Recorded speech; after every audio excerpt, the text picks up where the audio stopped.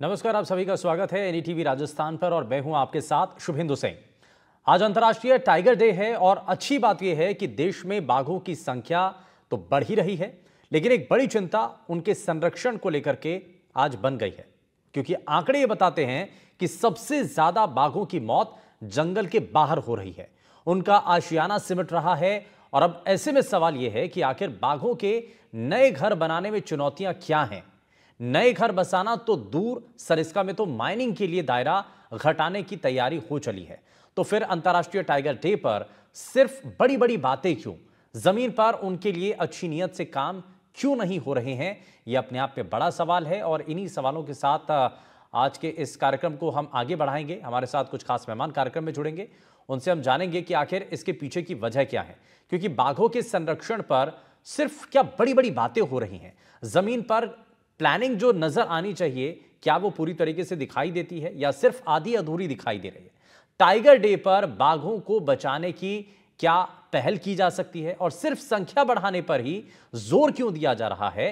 अब बाघ जंगलों से आखिर क्यों निकल रहे हैं, क्यों नहीं, इस पर बात हो रही है। बाघों में आपसी संघर्ष कैसे रुक सकता है, क्यों नहीं, इस पर हम चर्चा कर रहे हैं। जितनी जगह चाहिए क्या बाघों को उतनी जगह मिल रही है, क्या इसको लेकर के हम बात कर रहे हैं। सरिस्का में कोर एरिया आखिर क्यों सिमटता चला जा रहा है, क्या कभी चर्चा और चिंता प्रशासन की इस बात को लेकर के दिखाई देती है। बाघों के इलाके में माइनिंग क्यों हो रही है और क्यों उसमें इजाफा हो रहा है, क्या कभी हमने इस सवाल पूछा है। वन विभाग के पास संसाधन पूरे हैं, क्या यह एक बड़ी चिंता की बात नहीं है। ये बहुत सारे ऐसे सवाल हैं जो कि आज के समय में पूछे जाने चाहिए। क्या इसको लेकर के चिंता वन विभाग की तरफ से दिखाई देती है, क्या प्रशासनिक अधिकारियों को इसके बारे में सोचना नहीं चाहिए, क्या इसके बारे में सरकार क्या इसके बारे में विचार कर रही है, क्यों नहीं आखिर इसके बारे में ध्यान दिया जा रहा है। और बाघों के मन की जो बात है उसको हम आज समझते हुए आज अपने दर्शकों के सामने रखने की कोशिश कर रहे हैं। और बाघों के संरक्षण पर सिर्फ बात नहीं, आंकड़ों के मुताबिक हम बात करेंगे। और इसमें हमारे साथ एक बड़ा और खास पैनल कार्यक्रम में जुड़ रहा है, उनसे हम बहुत सारी चीजें जानने की कोशिश करेंगे और इसको जरा जानते हैं हमारे साथ। लेकिन सबसे पहले जो खास मेहमान हैं उनसे आपको मिलवा देते हैं। हमारे साथ CPEMC के सदस्य के बिसेन जी हमारे साथ कार्यक्रम में जुड़ गए हैं। सर, बहुत स्वागत है आपका। हमारे साथ वन्य जीव एक्सपर्ट अजय दुबे जी हमारे साथ कार्यक्रम में हैं। दुबे जी, बहुत स्वागत है आपका। हमारे साथ सामाजिक कार्यकर्ता सुनील बंगला जी कार्यक्रम में जुड़ चुके हैं। सर, बहुत स्वागत है आपका। और सरिस्का के पूर्व फील्ड डायरेक्टर रघुवीर सिंह जी हमारे साथ कार्यक्रम में जुड़ चुके हैं। रघुवीर जी, बहुत स्वागत है आपका एनडीटीवी राजस्थान पर। मैं शुरुआत रघुवीर जी आपसे ही कर रहा हूं। ये जो हम आज बाघों को लेकर के हम बात कर रहे हैं, और अक्सर हम इससे पहले भी कई बार ऐसे कार्यक्रम कर चुके हैं, लेकिन आज चर्चा इस बात को लेकर के है, जो सवाल उठने चाहिए, जो बदलाव दिखाई देना चाहिए, क्या बाघों की ग्रोथ को लेकर के या बाघों की संख्या सिर्फ बढ़ाने को लेकर के अगर हम उसी पर फोकस रखेंगे, बशर्ते इस पर कि हम उनको क्या दे रहे हैं, उनके लिए कितना एरिया होना चाहिए, क्यों उस पर चर्चा नहीं होती है। क्या बाघ अपनी टेरिटरी छोड़ करके दूसरे बाहर जा रहे हैं, क्यों जा रहे हैं, हम क्यों नहीं इस पर बात कर रहे हैं। ये बहुत सारे ऐसे सवाल हैं। सर, इसको लेकर के सबसे पहले आपकी एक टिप्पणी, इस पर क्या कहना चाहिए। शुभेंदु जी, बहुत ही अच्छा विषय है और इस पे राज्य सरकार को तेजी से काम करना होगा। मैं समझता हूं कि ये कुछ समय पहले जो हमारे यहाँ पे 2 ही टाइगर रिजर्व थे, सरिस्का और रणथंभौर टाइगर रिजर्व थे। अब मुकुंदरा वन विहार धौलपुर और रामगढ़ विस्तारी टाइगर रिजर्व को जोड़ा गया है और वहां पर थोड़ा विस्तार भी हुआ है। लेकिन जिस तरह से बाघों की संख्या बढ़ रही है रणथंभौर और सरिस्का में, उसको देखते हुए ये केवल ये 5 टाइगर रिजर्व राजस्थान में पर्याप्त नहीं है। हमें थोड़ा सा इसमें अपनी राजस्थान सरकार को स्ट्रैटेजी बदलनी पड़ेगी और इसमें तेजी से काम करना होगा। जैसे मैं बताना चाहूंगा कि गुजरात में लॉयंस हैं पूरे इंडिया में और बल्कि वर्ल्ड में जो है एशियाटिक लॉयन गुजरात में बचा है। गुजरात राज्य ने जिस तरह से काम किया, वहाँ जहाँ जब 200 पॉपुलेशन थी तब उन्होंने काम शुरू किया, लगभग 500-600 की पॉपुलेशन वहां पे मैनेज हो रही है। उन्होंने सारे जो एरियाज थे, फॉरेस्ट एरियाज थे, एडजॉइनिंग एरियाज थे, उनको मैनेज किया, आसपास के लोगों को मैनेज किया और आज जो है गुजरात में लॉयंस के लिए प्राइड ऑफ गुजरात है और वो लोग मैनेज कर रहे हैं। इसी दृष्टिकोण से हमें राजस्थान को टाइगर का एक तरह से प्राइड ऑफ राजस्थान बनाना होगा और जितने भी लैंडस्केप हैं, चाहे छोटे हैं या बड़े हैं, अब वो समय वो पीछे रह गया। सर, जब इसमें आपको सबसे अच्छी बहुत बात यह बड़ा है कि जो जो ग्रोथ है वो तो तेजी से हो रही है, संख्या बढ़ रही है, लेकिन हमें अब सुविधाओं के लिए बात करनी होगी कि वो भी मैं निवेदन कर रहा हूं कि सबसे पहले इंपॉर्टेंट हो गया कि हमें और एरियाज आइडेंटिफाई करने पड़ेंगे। इसमें हमें इनोवेटिव वे में जाना पड़ेगा। साउथ राजस्थान में कुंभलगढ़ पड़ा हुआ है, और भी सीता माता का एरिया पड़ा हुआ है। काफी जंगल ऐसे हैं जिनको प्रोजेक्ट टाइगर के रूप में भविष्य में सोचना पड़ेगा और टाइगर्स को रीइंट्रोड्यूस करना पड़ेगा। साथ ही साथ जहां पर ये टाइगर रिजर्व ऑलरेडी जो घोषित हुए हैं उनको बिल्कुल स्ट्रेंथन करना पड़ेगा। इनवॉल्व स्पेसेस क्रिएट करने पड़ेंगे, प्रोटेक्शन इंफ्रास्ट्रक्चर बढ़ाना पड़ेगा, कॉरिडोर्स डेवलप करने पड़ेंगे, और जो डिस्टर्ब्ड हैबिटेट्स हैं उनमें हैबिटेट इंप्रूवमेंट का काम करना पड़ेगा, वाटर होल्स इंप्रूव करने पड़ेंगे। ये सारे काम जब तक साथ नहीं करेंगे तब तक जो है पॉपुलेशन को हम सही तरह से फ्यूचर में मैनेज नहीं कर पाएंगे। ठीक है, मैं इसमें बिसेन सर को भी जोड़ रहा हूँ।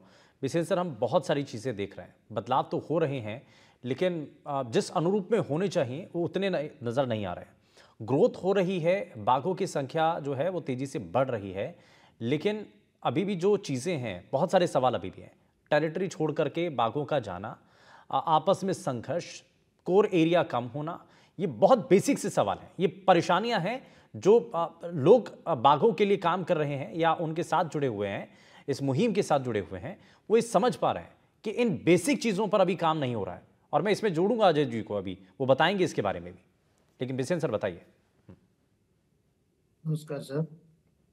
देखिए सर, आज की चर्चा का विषय बहुत ही महत्वपूर्ण है और उसमें बाघों की जो संख्या बढ़ रही है वो हमारे शासन, केंद्र शासन हो, राज्य शासन हो, वन विभाग हो, उनका 4 बातों पे फोकस हुई है, 4 कंपोनेंट पे फोकस होकर के उन्होंने कार्य किया है। पहला, फूड, वाटर, शेल्टर और बरामदा, कॉरिडोर्स। और इतनी अच्छी जो फिगर जो बढ़ते जा रही है, टाइगर्स की संख्या बढ़ रही है, वो 4 चीजों पे फोकस होने के कारण बढ़ी। आज की स्थिति में देखें तो 3682 के अनुमानतः टाइगर हमारे भारतवर्ष में है, जो विभिन्न विभिन्न राज्यों में है।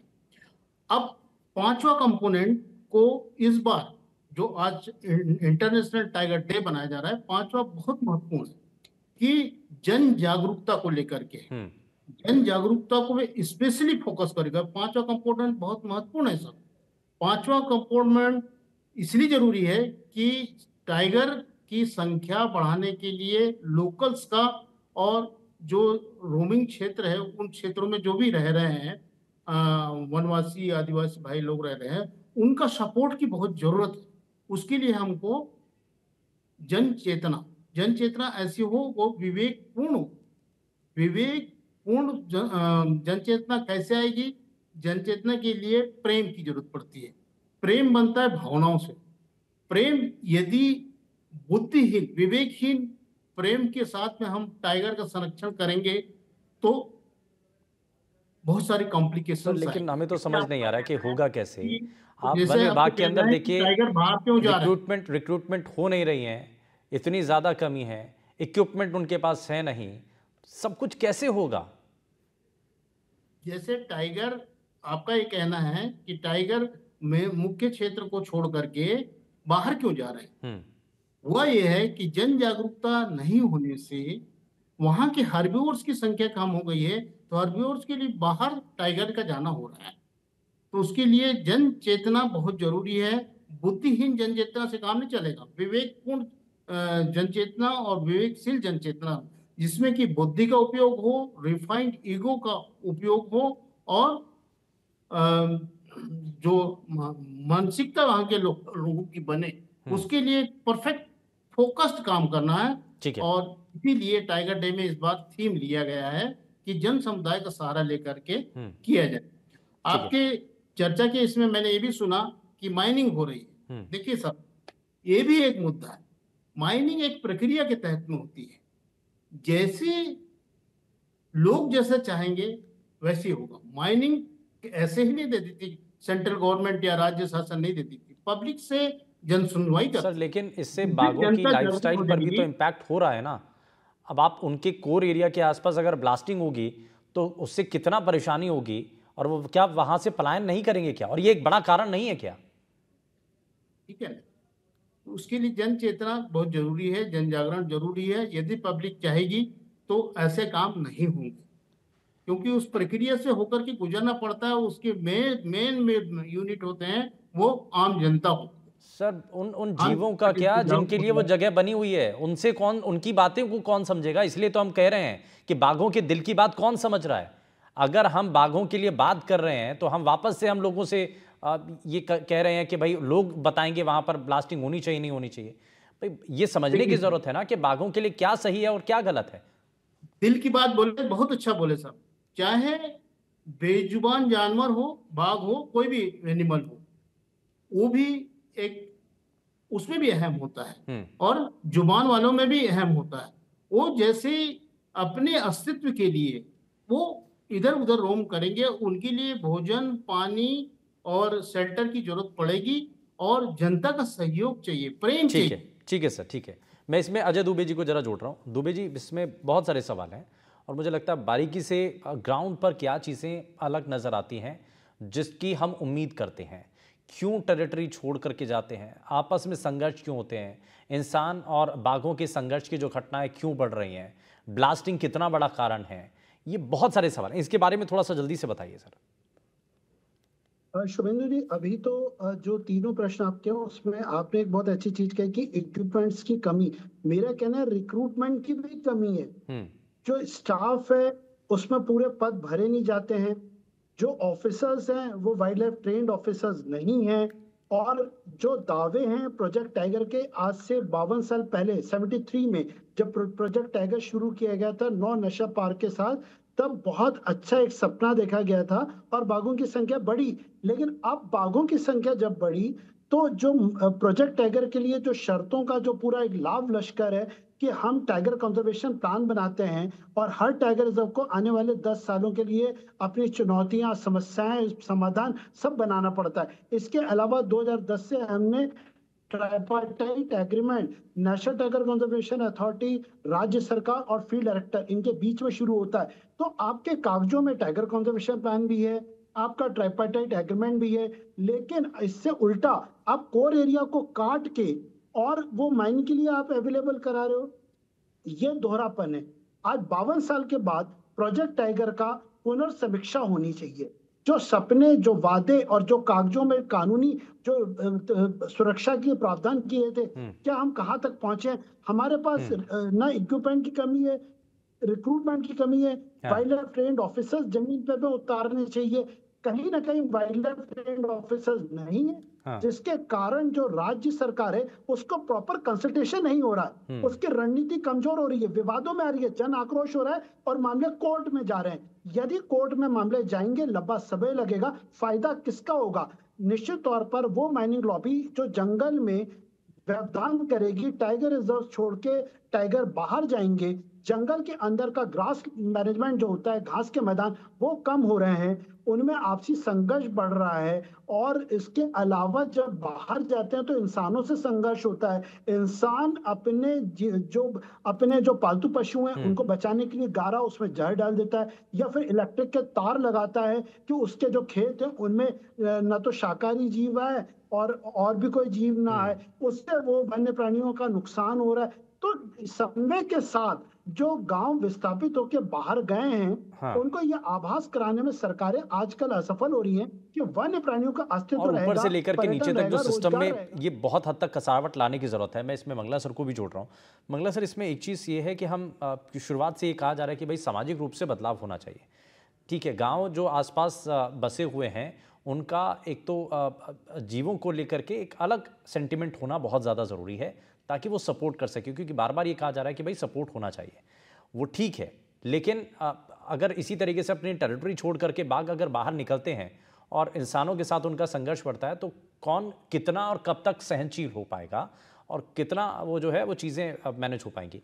लेकिन सवाल यहाँ पर यह है कि उस एरिया को छोड़ने की नौबत क्यों आ रही है? क्यों बाघ अपनी टेरिटरी छोड़ करके बाहर भाग रहे हैं? क्यों नहीं हम, क्योंकि ग्रोथ जब हो रही है, संख्या बार बार बढ़ रही है, तो वहाँ पर फैसिलिटीज़ के ऊपर हम क्यों नहीं ध्यान दे रहे हैं? सिर्फ हमने टूरिज्म सेक्टर को बढ़ावा देने के लिए सिर्फ ज़्यादा, कहीं ऐसा तो नहीं कि हमने सिर्फ वहीं पर फोकस दे दिया है कि संख्या बढ़ा दो, टूरिज्म बढ़ जाएगा, वहीं तक आकर के सीमित? वैसे हमारा जो 4th addition international tiger week की हुई थी, उसके अंदर हमने एक वाइट पेपर क्रिएट किया है जो पूरा तैयार है। आई थिंक परसों तक हमारा बिल्कुल उसमें जो भी थोड़े थोड़े चेंजेस थे वो होके आ जाएगा। सो इसमें in fact one of the main topics जो हमने लिया था human tiger conflict and resolution के ऊपर था कि क्यों ये जो मामले हैं टाइगर और ह्यूमन कॉन्फ्लिक्ट के बढ़ रहे हैं। तो इसके अंदर अच्छी तरह से सारा समझाया गया है, बिकॉज ऑब्वियसली टाइगर की संख्या बढ़े जा रही है, लैंड उतना ही है, इनफैक्ट लैंड कम ही हो रहा है। जैसे गवर्नमेंट अगर माइनिंग वगैरह के लिए जो बीच में से जगह निकाल देती है तो टाइगर के लिए जगह कम हो जाती है। तो उसमें एक और सुझाव जो हमने दिया हुआ था, जैसे सर ने भी बात की थी पहले, कि कॉरिडोर्स को कनेक्ट करना बहुत जरूरी है। राजस्थान में सरिस्का और रणथंभौर के अलावा मुकुंदरा हिल भी हैं और दूसरे टाइगर रिजर्व भी हैं। इनकी जो कॉरिडोर को लिंक करना है वो बहुत जरूरी है, नहीं तो सारे के सारे रणथंभौर में फोकस कर रहे हैं। टूरिज्म में भी सारे के सारे लोग बस रणथंभौर में फोकस करते हैं।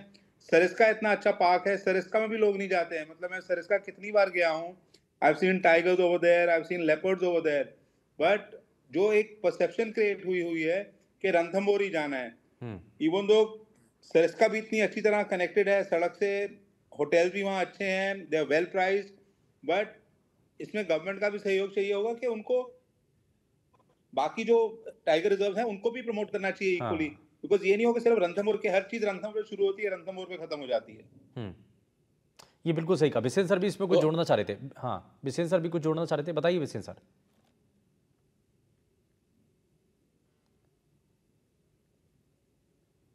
देखिए सर, हाँ, टाइगर की जो संख्या जो बढ़ रही है तो उसके अनुपात में हमको शाकाहारी जो जंतु है, वन्य प्राणी है, उनकी संख्या बढ़ाना होगा। हाँ।